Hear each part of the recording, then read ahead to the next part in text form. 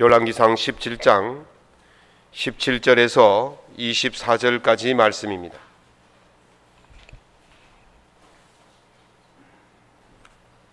제가 갖고 있는 구약성경 546면에 있습니다. 구약성경 열왕기상 17장 17절에서 24절까지 말씀을 우리 함께 낭독하겠습니다. 이 일 후에 그 집 주인 되는 여인의 아들이 병들어 증세가 심히 위중하다가 숨이 끊어진지라 여인이 엘리야에게 이르되 하나님의 사람이여 당신이 나와 더불어 무슨 상관이 있기로 내 죄를 생각나게 하고 또 내 아들을 죽게 하려고 내게 오셨나이까.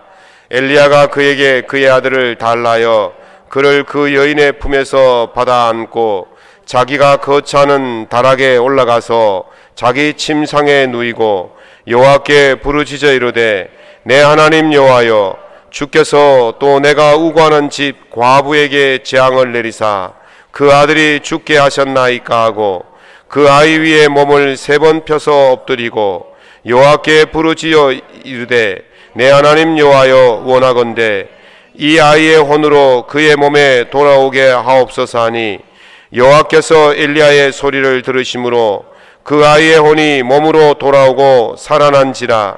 엘리야가 그 아이를 안고 다락에서 방으로 내려가서 그의 어머니에게 주며 이르되 보라 네 아들이 살아났느니라. 여인이 엘리야에게 이르되 내가 이제야 당신은 하나님의 사람이시오 당신의 입에 있는 여호와의 말씀이 진실한 줄 아노라 하니라. 아멘.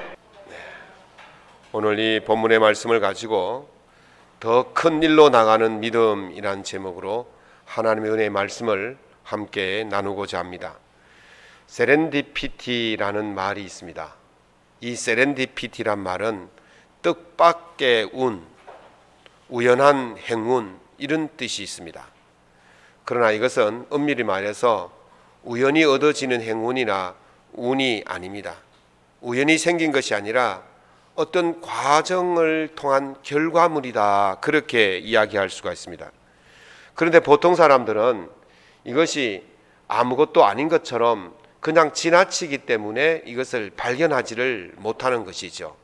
그런데 조금 세밀하게 보는 사람들은 그 세상 사람들이 우연히 생기는 것이라고 보는 그것을 가지고 굉장한 일들을 해내는 것을 볼 수가 있습니다. 그래서 세렌디피티란 말은 우연하게 생긴 행운이 아니고 결과물이 있는데 사람들이 못 보고 지나간 것을, 특별한 능력이 있는 사람이 그것을 발견하는 것을 세렌디피티다, 그렇게 말하는 것입니다.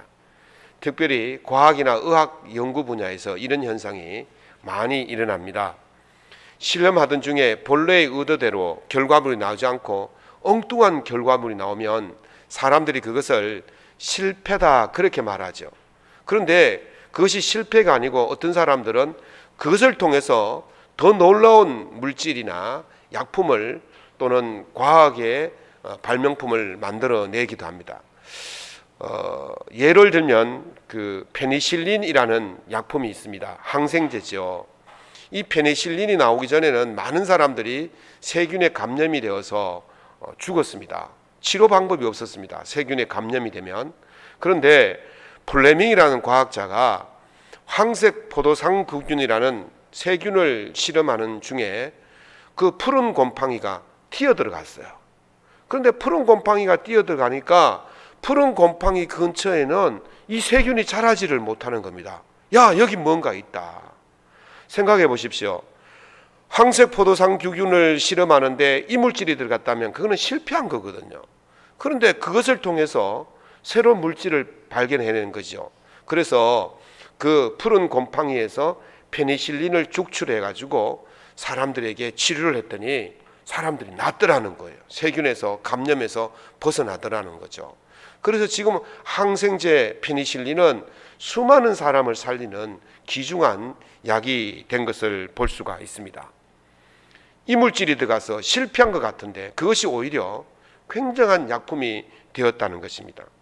또 예를 들면 포스트잇이라고 여러분들 아시죠? 떼었다 붙였다는 메모지. 이게 본래 3M사에서 이걸 개발하던 스펜서 실버라는 사람이 강력한 접착제를 개발하다가 용도를 잘못하는 바람에 그 접착력이 약한 접착제를 만들어 버렸어요. 그런데 이게 실패잖아요. 강력한 접착제를 만들어야 되는데 약한 접착제를 만들었으니까 실패인데 이걸 종이에 붙였다 뗐다니까 흔적도 없이 붙었다가 뗐다는 그런 놀라운 일을 발견하게 된 것입니다. 그래서 이것을 실패라 하지 않고 보고를 해서 생산에 들어갔더니 지금은 아주 그냥 세계인이 사랑받는 그런 포스트잇이 된 것이죠. 중요한 것은 이런 것을 발견하거나 발명한 사람은 보통 사람들이 그냥 지나치는 실패했다고 생각하는 그런 일들도 그냥 지나치지 않고 세밀하게 살펴본 결과로 얻어진 결과라는 것이죠. 우연한 발견이 아니라는 거예요. 우연히 얻어진 것이 아니라는 것이죠. 어떤 과정을 통해서 나타났는데 그것을 사람들이 미처 발견하지 못한 것을 이 사람은 발견할 수가 있었다는 거예요. 그래서 그걸 세렌디피티다 그렇게 말합니다. 신앙생활에서 일어나는 일들은요, 우연한 것이 없어요. 다 맥락이 있습니다. 의도하지 않은 일들이 일어났지만은 믿음으로 바라보면 우리의 시련이나 실패를 통해서 하나님께서 그렇게 만들어 가시는 의도된 예비하신 준비하신 그것을 우리가 알 수가 있다는 것입니다. 오늘 본문을 통해서 우리가 중요한 사실을 발견하게 되어집니다. 실패 같은데 실패 뒤에 숨겨놓은 하나님의 더 큰 은혜를 발견하게 됩니다. 하나님의 일에는 실패가 없는 줄로 믿습니다. 실패처럼 보여도 그것은 실패가 아니라 하나님의 계획 속에 있는 거예요. 하나님의 의도하심 속에 있는 거예요. 우리 눈으로는 실패고 우리 눈으로는 시련이고 우리 눈으로는 고난이고 우리 눈으로는 안 되는 것처럼 보이지만 하나님은 그 실패를 통해서 시련을 통해서 고난을 통해서 우리에게 주시고자 하는 것들, 준비하신 것들을 예비해 놓으셨다는 사실입니다. 그래서 하나님의 계획 속에는 실패가 없어요. 하나님의 계획은 실패처럼 보이지만 그것은 의도된 실패고 준비한 예비한 것을 주시기 위한 실패라는 사실입니다. 오늘 우리가 이 본문을 통해서 하나님께서 어떻게 우리로 더 큰 믿음의 세계로 이끌어 가시는지, 더 큰 믿음의 은혜를 누리게 하시는지, 이 더 큰 믿음의 일들을 감당할 수 있게 하시는지를 살펴보려고 합니다. 오늘 이 말씀을 통해서 하나님의 더 큰 은혜를 받고 더 큰 일들을 감당할 수 있는 저와 여러분 될 수 있기를 예수님 이름으로 축원합니다. 첫 번째는요, 작은 믿음의 경험이 쌓이면 더 큰 믿음의 일들을 할 수 있게 되어집니다. 제가 한 번은 냇가에서 피레미 낚시를 해보았습니다. 파리 낚시라고 하죠. 바늘 여러 개 끼워서 파리 모형을 달아서 하천의 얕은 물가에 놓으면 피레미들이 그거 파리인 줄 알고 달려들었다가 낚여 올라오는 그것을 파리 낚시라고 그럽니다. 저는 낚시를 한 번도 해본 적이 없습니다. 정말 해본 적이 없습니다. 제주도 바닷가에 살았지만 낚시 근처도 안 가고 그냥 살았던 사람입니다.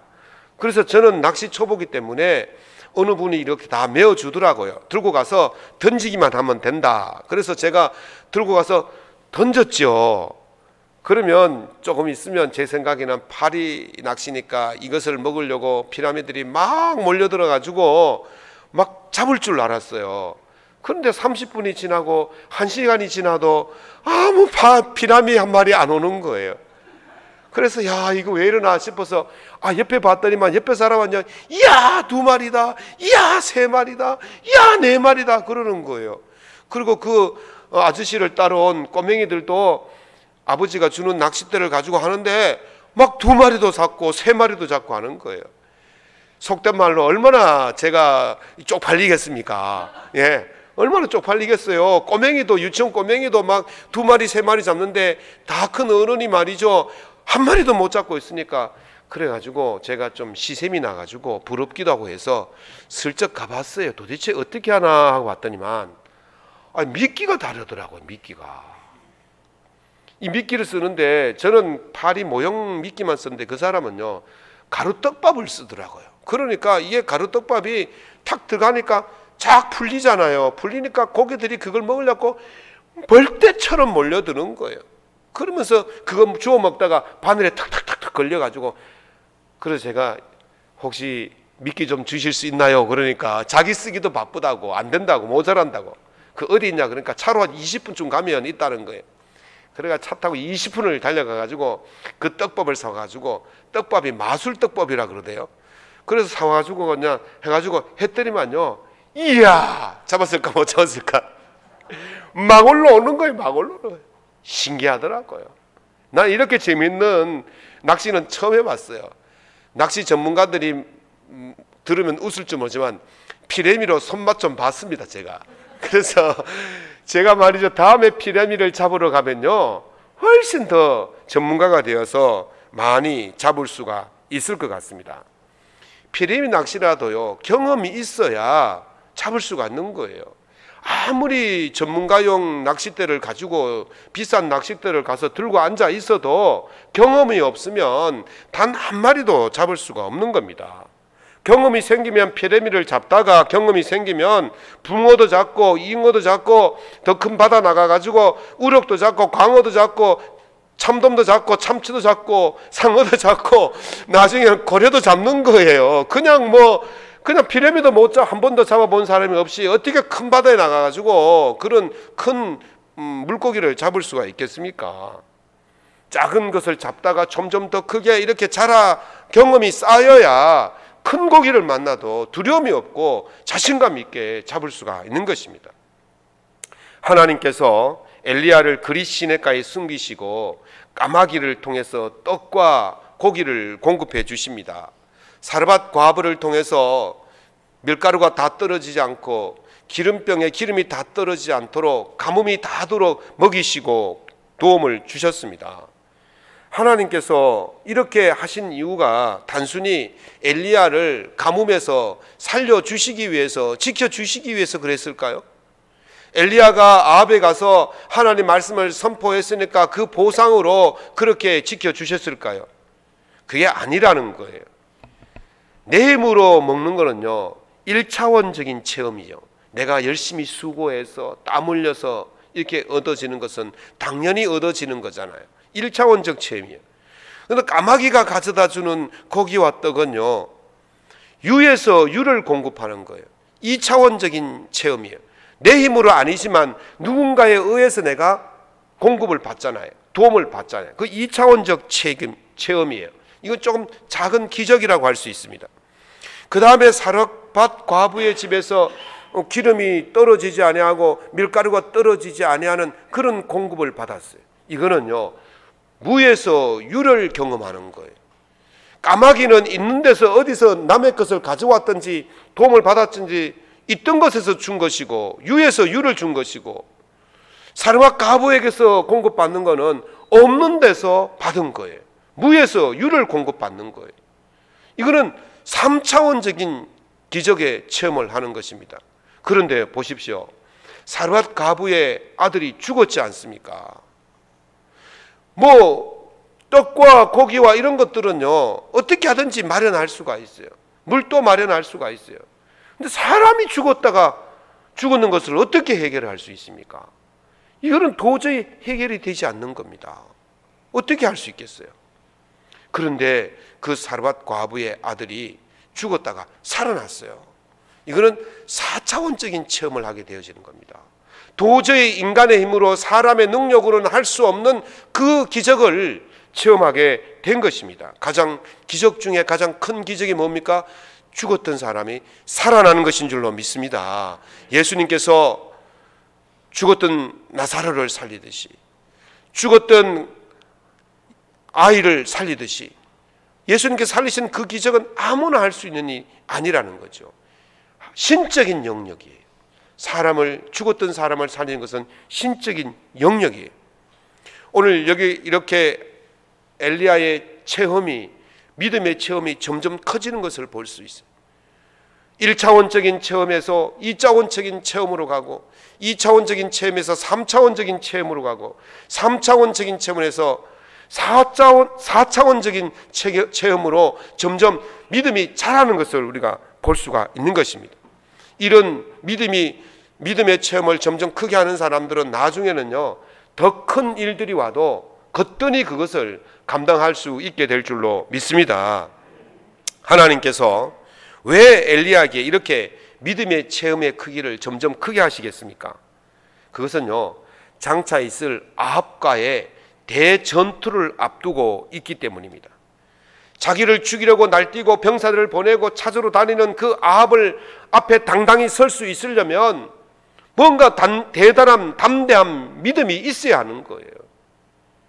조그만 믿음으로, 작은 믿음으로는 자기를 죽이려고 달려드는 사람 앞에 나설 수가 없게 되는 것입니다.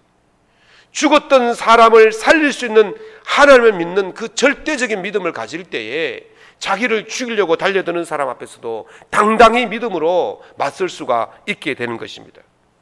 인간이 결코 할 수 없는 일은 죽은 자를 살리는 일입니다. 그것은 하나님만이 하실 수 있는 일인 줄로 믿습니다. 죽은 자도 살리시는 하나님께서 나와 함께 하시는데 내가 무엇을 염려하고 두려워하겠습니까? 그러므로 여러분 주위의 신앙생활 잘 하시는 분들을 한번 보시기 바랍니다. 어떤 분들이 잘합니까? 크고 작은 믿음의 경험들이 있는 분들이 잘해요. 믿음의 체험을 한 분들이 잘해요. 맛을 봤잖아요. 기도했더니, 말씀대로 살았더니, 하나님 앞에 나아갔더니 그런 믿음의 체험을 자꾸 하게 되어지는 거예요. 그러니까 믿음의 체험을 하게 되어지니까 그 믿음이 식지가 않는 거예요. 점점점 더 큰 믿음으로 나아가는 거예요. 물질이 아깝지 않은 사람이 누가 있겠습니까? 시간이 아깝지 않은 사람이 누가 있겠습니까? 그럼에도 불구하고 그렇게 하나님 앞에 헌신을 다하는 이유가 무엇입니까? 그런 믿음의 체험이 있기 때문에 그렇게 가능한 것입니다. 그 맛을 알기 때문에 그래요. 사랑하는 성도 여러분, 여러분 삶 속에 이 믿음의 체험이 날마다 일어나기를 예수 이름으로 축원합니다. 믿음의 체험이 날마다 넘쳐나기를 예수 이름으로 축원합니다. 제가 목사라서 드리는 말씀이 아니지만 여러분도 아시다시피 우리 대구 양문교회가 여기까지 오는 동안 저와 여러분이 하나님께서 어떻게 인도하셨는지를 두 눈으로 똑똑히 지켜보았지 않습니까? 때마다 일마다 하나님께서 공급해 주시고 은혜를 베풀어 주신 줄로 믿습니다. 그래서 우리 교인들은 제가 생각하기는 웬만한 파도가 와도 끄떡하지 않을 줄로 믿습니다. 그런 믿음의 체험들이 많기 때문에 그 어느 정도 와도 끄떡없이 그것을 뛰어넘는 거예요. 하나님께서 그 파도를 넘을 수 있도록 우리는 이미 여러 믿음의 맛을 알고 믿음의 체험을 했기 때문에 더 큰 믿음의 세계로 나갈 수 있는 준비가 되어 있고 체험할 수 있는 그런 준비가 되어 있기 때문에 얼마든지 우리는 그런 은혜를 받게 될 줄로 믿습니다. 여러분 자신을 한번 돌아보시기 바랍니다. 그런 은혜의 체험이 전혀 없었을까? 다 있었지 않습니까? 그런데 그걸요 우리는 잘 몰라요. 이게 하나님의 은혜인지 잘 몰라요. 그냥 우연히 생긴 줄 알아요. 그러나 정말 믿음이 있는 사람들은 내 삶 속에서 일어나는 그 모든 것들이 하나님이 주신 결과라고 그렇게 믿는 거죠. 그렇기 때문에 그 사람의 믿음이 점점 더 큰 믿음으로 나아갈 수가 있게 됩니다. 코로나19 때문에 어렵다, 힘들다. 설교 시간마다 이거 안 나오는 날이 없잖아, 그죠? 나오고 또 나오고. 그런데 우리가 어렵다, 힘들다 그렇게만 하지 말고 이 어려움과 힘듦 속에 숨겨놓으신 하나님의 그 놀라운 은혜를 발견할 수 있기를 예수 이름으로 축원합니다. 세상 사람들은 그냥 어렵다 그냥 그렇게 하면서 지나가지만은 우리는 그 어려움 뒤에 숨어있는 그 어려움을 통해서 나타나는 하나님의 놀라운 은혜를 발견할 수가 있어야 되는 거예요. 이게 능력 있는 사람이에요. 이게 믿음의 능력을 가진 사람이에요. 이게 믿음의 체험을 해본 사람이 그런 것을 할 수가 있게 되는 것입니다. 그런 믿음의 체험이 많이 쌓이는 사람이 큰 믿음의 일들을 감당하는 거예요. 하나님께서 뭐 아무나 그냥 큰 일을 맡기시겠습니까? 그 믿음의 그릇이 그만큼 되어야 되는 거예요. 그 믿음이 분량이 그만큼 되어야 하나님께서 그 큰 일들을 감당시키시고 맡기시는 거예요. 여러분들의 믿음이 차곡차곡 쌓여서 작은 믿음의 체험이라도 자주자주 경험하고 자주자주 누려서 점점 더 큰 믿음이 되어서 하나님의 더 큰 일들을 감당할 수 있는 저와 여러분 될 수 있기를 예수님 이름으로 축원합니다. 두 번째는요, 작은 믿음이라도 그걸 공유하면 더 큰 일들을 할 수가 있습니다. 그 알부자들의 성공 S파일이라는 책이 있어서 제가 유심히 읽어봤더니만요, 거기에 이런 이야기가 있어요. 아이들이 가구에 매달렸다가 넘어지면서 압살을 당하는 경우가 많이 있잖아요. 그래서 최근에는 아동용 가구에 있어서 가장 먼저 생각하는 것이 뭐냐면 안전입니다. 안전. 아이들이 매달려도 넘어지지 않고, 아이들이 부딪혀도 다치지 않고, 또 색상이나 이 도료들이 페인트가 아이들의 인체에 유해하지 않는 그런 친환경 페인트를 사용해야 되고, 이런 것들이 지금 많이 이렇게 이제 트렌드가 되어지고 보급이 되어서 사람들이 그것을 선호하게 되어지는 것이죠. 근데 이런 인식이 널리 퍼지게 된 것은 그리 오래지 않았습니다. 이런 개념이 생소하던 시절에 이 문제를 두고 고민하던 한 주부가 우리나라에서 최초로 아동용 전문 가구를 만들기 시작했습니다. 그래서 그 회사 이름이 도도 가구입니다. 회장님 이름이 길준경 씨인데요, 이 길 대표의 아들이 청각장애인입니다. 그래서 이 아이가 막 집에서 막 뛰어다닐 때 위험을 인지하고 엄마가 조심해, 가지마, 멈춰 이렇게 소리를 쳐도 아이가 청각장애니까 못 알아듣고 그냥 가서 꽝 부딪히고, 그래서 막 연신 다치는 거예요. 엄마가 도대체 얼마나 가슴이 아프겠습니까? 그래서 아이가 안전하게 뛰어놀 수 있는 그런 가구가 없을까 고민하다가 이분이 직접 가구를 만들기 시작했어요. 아이에게 안전한 가구를 만들다가 이 도도 가구를 설립을 하게 된 것입니다. 도도란 말은요, 프랑스어로 아장이란 뜻입니다. 네, 아장. 제가 오늘 도도 가구 회장님은 저에게 상을 줘야 될 것 같아요. 그렇죠? 제가 아주 광고를 많이 하는데, 그래서 그분이 그걸 1991년도인가 그걸 시작을 했어요. 아주 아무도 시작하지 않을 때 그걸 시작해서 지금은요 세계적인 기업이 되었습니다. 길 대표의 아들의 그 안전, 아들의 그 위험한 그 문제를 그냥 자기 혼자만 끙끙 앓지 않고 이것을 드러내었다는 거죠. 공유했다는 거죠. 다른 사람과 공유할 때에 이것이 내 문제가 아니라 모든 사람의 문제가 되어지고 세계의 사람들의 문제가 되어져서 그 사람이 더 큰 일을 감당할 수가 있다는 것입니다. 믿음의 세계도 마찬가지입니다. 내 문제로 시작하잖아요. 남의 문제로 시작하는 사람 없어요. 다 내 문제로 시작합니다. 그러나 이 내 문제로 시작하지만 내 문제를 밖으로 끄집어내어서 다른 사람과 그 믿음을 공유할 때에 그것은 내 문제가 아니라 함께하는 믿음이 되어지는 거예요. 공유하는 믿음이 되어지고요. 그럴 때의 믿음이 성장하게 되어집니다. 그리스 시내가에서 엘리야가 경험했던 떡과 고기의 기적의 믿음은요, 혼자만의 믿음이에요. 누가 봅니까? 아무도 안 보잖아요. 혼자 체험한 그런 믿음이었어요. 그런데 사르밧 과부와 만난 그 믿음의 체험은요, 혼자가 아니고 공유한 거예요. 여러분, 내 혼자 기도한 거 누가 합니까? 내 혼자 기도한 것 이루어져도 고만이고 안 이루어져도 고만이잖아요. 안 이루어졌다고 사람들이 내보고 믿음 없다 그러겠습니까? 이루어졌다고 믿음이 더 크다 그러겠습니까? 왜? 내 혼자 있는 기도니까. 아무도 모르니까. 그러니까 그것이 돼도 그만, 안 돼도 그만일 수 있어요. 그러나 내가 선포한 믿음, 내가 드러낸 믿음은요, 반드시 결과가 있어야 돼. 내가 선포하고 내가 믿은 그것이 결과가 없으면 사람들이 뭐라 그랬어요? 믿음이 없다. 뭐 그렇게 말하지 않겠습니까? 그래서 반드시 이것이 결과를 나타내야 돼요. 그러니까 그 결과를 나타내기 위해서는 그 믿음이 간절해질 수밖에 없는 거예요. 절박해질 수밖에 없는 거예요. 하나님에 더 매달릴 수밖에 없는 것이. 그래서 믿음이 자라는 거예요. 여러분 가진 믿음을 혼자 아는 믿음이 되지 않기를 원합니다. 공유하는 믿음이 되시기를 원합니다. 함께 나누는 믿음이 되시기를 원합니다. 그래서 혼자 하는 믿음보다는 함께 하는 믿음이 더 커요. 선포되어지는 믿음이 더 커요. 그래서 여러분의 믿음을 항상 함께 나누고 선포하는 믿음으로 가야만이 혼자만의 믿음에서 성장이 되어지는 것입니다. 믿음이 약한 사람은요, 자기 가족에게조차도요 믿음을 드러내지 못하잖아요. 혼자 살짝 다니는 분들도 있잖아요. 특별히 우리 청년들이나 학생들은 아직 부모님 슬하에 있기 때문에 그런 일들을 많이 겪습니다.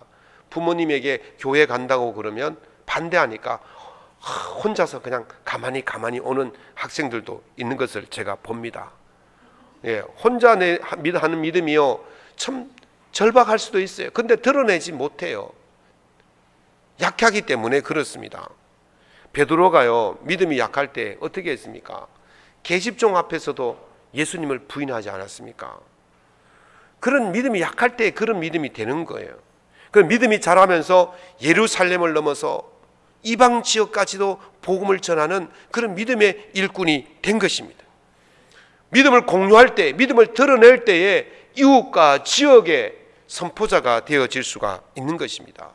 믿음이 자라야만이 베드로처럼 공회 앞에서도 자기를 죽이는 사람들 앞에서도 당당하게 복음을 전하는 사람이 될 수가 있는 것입니다.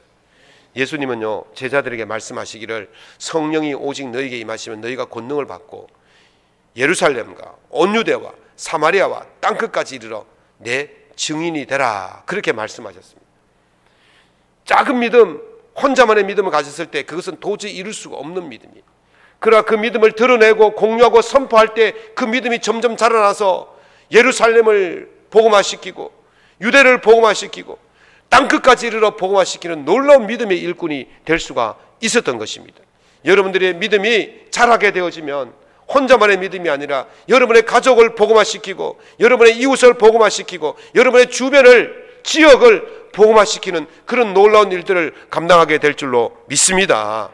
믿음이 자라지 못한 사람은요 딱 정해진 기본밖에 할 수가 없어요.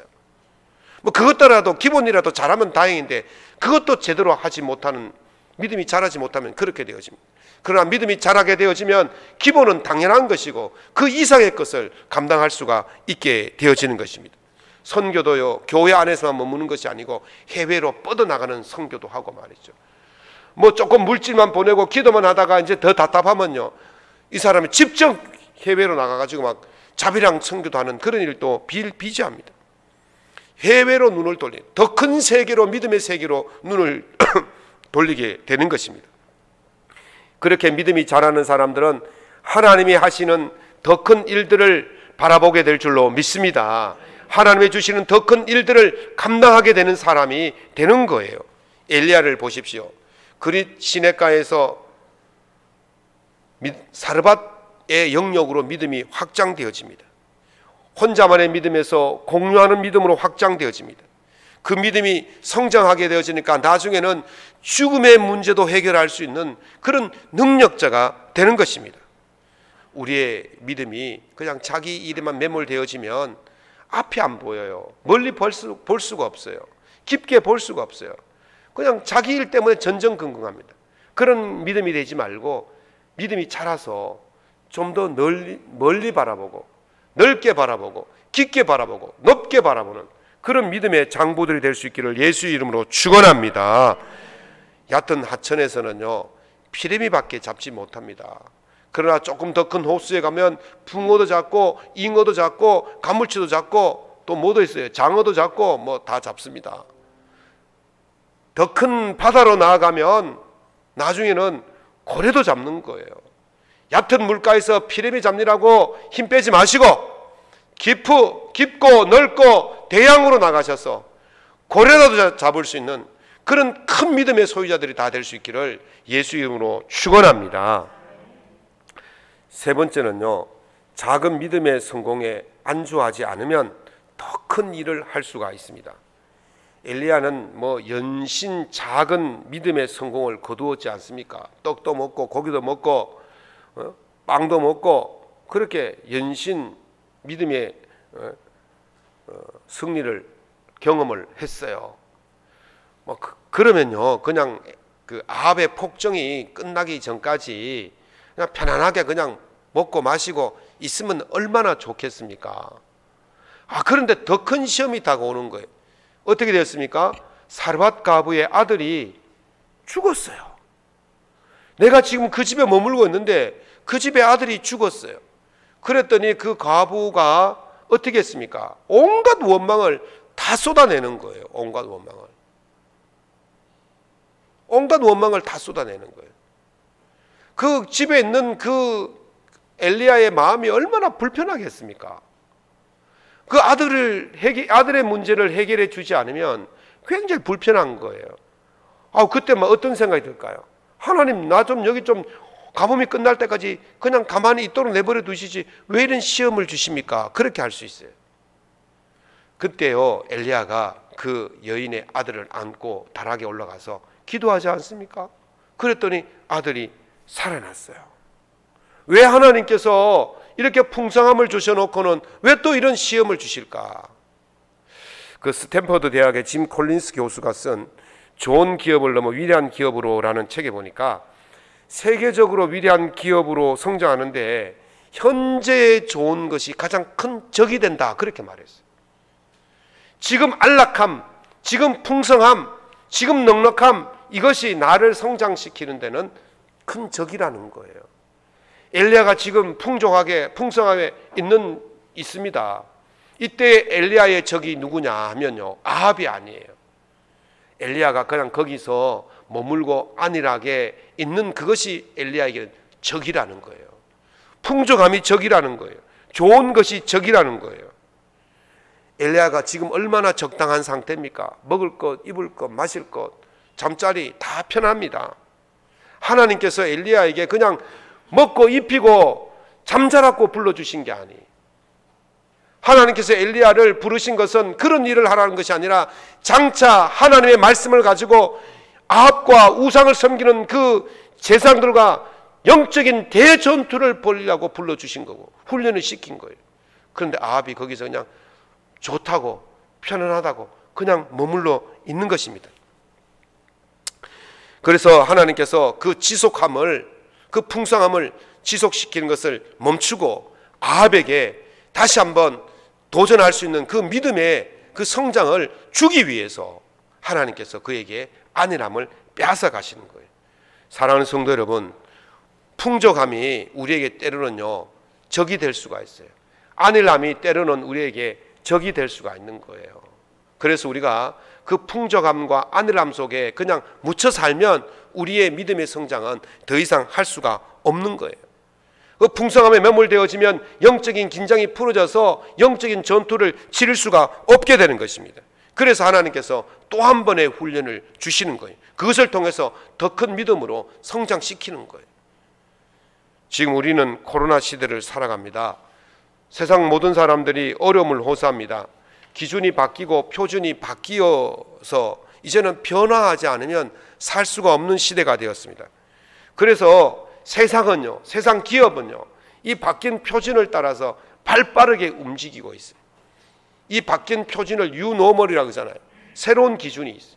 교회도요, 이제 새로운 기준, 새로운 표준이 있어야 됩니다. 그냥 옛날처럼 코로나 이전처럼 그냥 넉넉히 앉아 있다가 그냥 여기가 풍족하니 여기가 좋사오니 지금 시대가 좋사오니 지금의 제도가 지금의 모든 것들이 풍족하고 안락하니 좋사오니 그러다가는요 도태되고 끝나버린다는 거죠. 세상의 기업들이요 이 바뀐 시대에 살아남기 위해서 두 가지를 중요하게 생각합니다. 하나는 상시 준비를 합니다. 어떤 일이 벌어져도 바로바로 바뀔 수 있는 그런 유연성을 가집니다. 이 상시 준비와 이 유연성을 그 기업이 지금 시대에 바뀌어야 할 모토로 보고 그렇게 나아가는 겁니다. 교회도요 어떤 일이 있더라도 항상 대처해 나갈 수 있는 상시 준비가 되어 있어요. 믿음의 준비가 되어 있어야 돼요. 믿음의 준비가 되어 있지 않으면 작은 일이 닥쳐도 그냥 넘어가고 좀 더 큰 일이면 더 많은 사람이 넘어가고 그렇게 되는 거예요. 그래서 교회가 이 어떤 상황이 오더라도 믿음으로 이겨나갈 수 있는 그런 준비를 철저히 해야 되는 거예요. 그리고 유연성이 있어야 돼요. 유연성이란 말은 과거의 관습이나 성공했던 기억에 붙들려서 변하지 않는 것, 그런 것들부터 탈피하는 것을 유연성이라는 거예요. 지금 하나님께서 엘리야에게 왜 이렇게 하십니까? 왜 이렇게 하십니까? 엘리야가 어떤 일을 만나도 믿음으로 승리할 수 있도록 준비시키는 거예요. 과거의 승리에, 작은 승리에 그냥 취해가지고 변하지 못하고 그렇게 살지 말고 과거를 끊어버리고 새로운 세계로 도전하라고 엘리야에게 이런 시험을 주시는 겁니다. 바울 사도는 말씀하시기를 내가 이미 얻었다 함도 아니요 온전히 이루었다 함도 아니라 오직 내가 그리스도 예수께 잡힌 바 된 그것을 잡으려고 달려가노라. 아멘. 바울이 이룬 일이 왜 없겠습니까? 바울이 성공한 일이 왜 없겠습니까? 그런데 바울은 그것을 다 아직 아니다, 그리고 다 버리고 새롭게 시작하는 거예요. 과거의 작은 성공에 얽매이지 않겠다는 것입니다. 과거의 작은 것들에 만족하지 않겠다는 것입니다. 어떤 일이 닥쳐도 새로운 것에 도전하고 전진하고 달려가겠다는 것입니다. 이것이 바로 오늘 우리에게 주어지는 하나님의 요구하시는 상황입니다. 엘리야가 왜 엘리야에게 자꾸 더 큰 시험을 주십니까? 바로 그런 것을 극복하고 일어나서 더 큰 하나님의 세계로 달려가라고 주시는 것입니다. 영적 긴장을 늦추지 말라는 거예요. 그래서 바울이 자신을 쳐서 복종시켰고 엘리야는 그런 경험을 통해서 앞으로 큰 전투에 나갈 수 있는 담대한 믿음을 가질 수 있게 되어진 것입니다.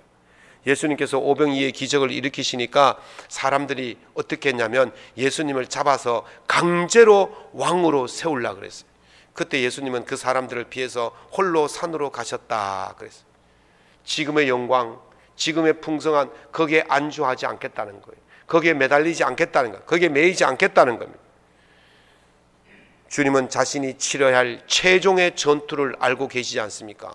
그것은 바로 십자가를 져야 되는 거예요. 마귀와 전투를 해서 이겨야 되는 그런 최종의 전투가 남아있기 때문에 지금 사람들이 추정하고 왕으로 삼으려고 하고 인정하고 칭찬해 준 그것에 예수님은 연연하지 않았다는 것입니다. 영적인 긴장을 늦추지 않은 것입니다. 사랑하는 성도 여러분, 작은 믿음의 성공에 안주하지 않기를 예수 이름으로 축원합니다. 여러분의 삶에 혹시 어려움이 있다면 그것은 더 큰 믿음의 세계로 나아가도록 하나님께서 나를 연단시키고 훈련시키는 것이고 그것을 뛰어넘어서 더 큰 믿음의 세계, 더 큰 하나님의 일꾼으로 만들어 가시는 것인 줄로 믿으시기 바랍니다.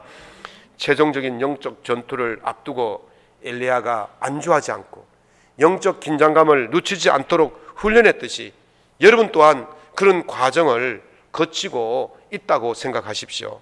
아직 더 큰 은혜는 우리에게 오지 않은 줄로 믿습니다. 아직 더 큰 하나님의 일은 내게 주어지지 않았습니다. 오늘 여기에서 안주하지 않고 영적으로 매몰되지 아니하고 영적으로 깨어서 긴장감을 늦추지 않으면 하나님의 더 큰 일을 우리가 감당할 수 있게 되어지고 그러면 더 큰 은혜가 우리 속에 있게 될 줄로 믿습니다. 바울이 최종의 상급을 위해서 쉬지 않고 달려갔듯이 영적 긴장감을 늦추지 않았듯이 안주하지 않았듯이 오늘 우리 또한 그렇게 영적 긴장감을 늦추지 않고 안주하지 않고 달려가면 반드시 하나님의 은혜가 저와 여러분에게 우리 양문교회에 차고 넘치게 될 줄로 믿습니다.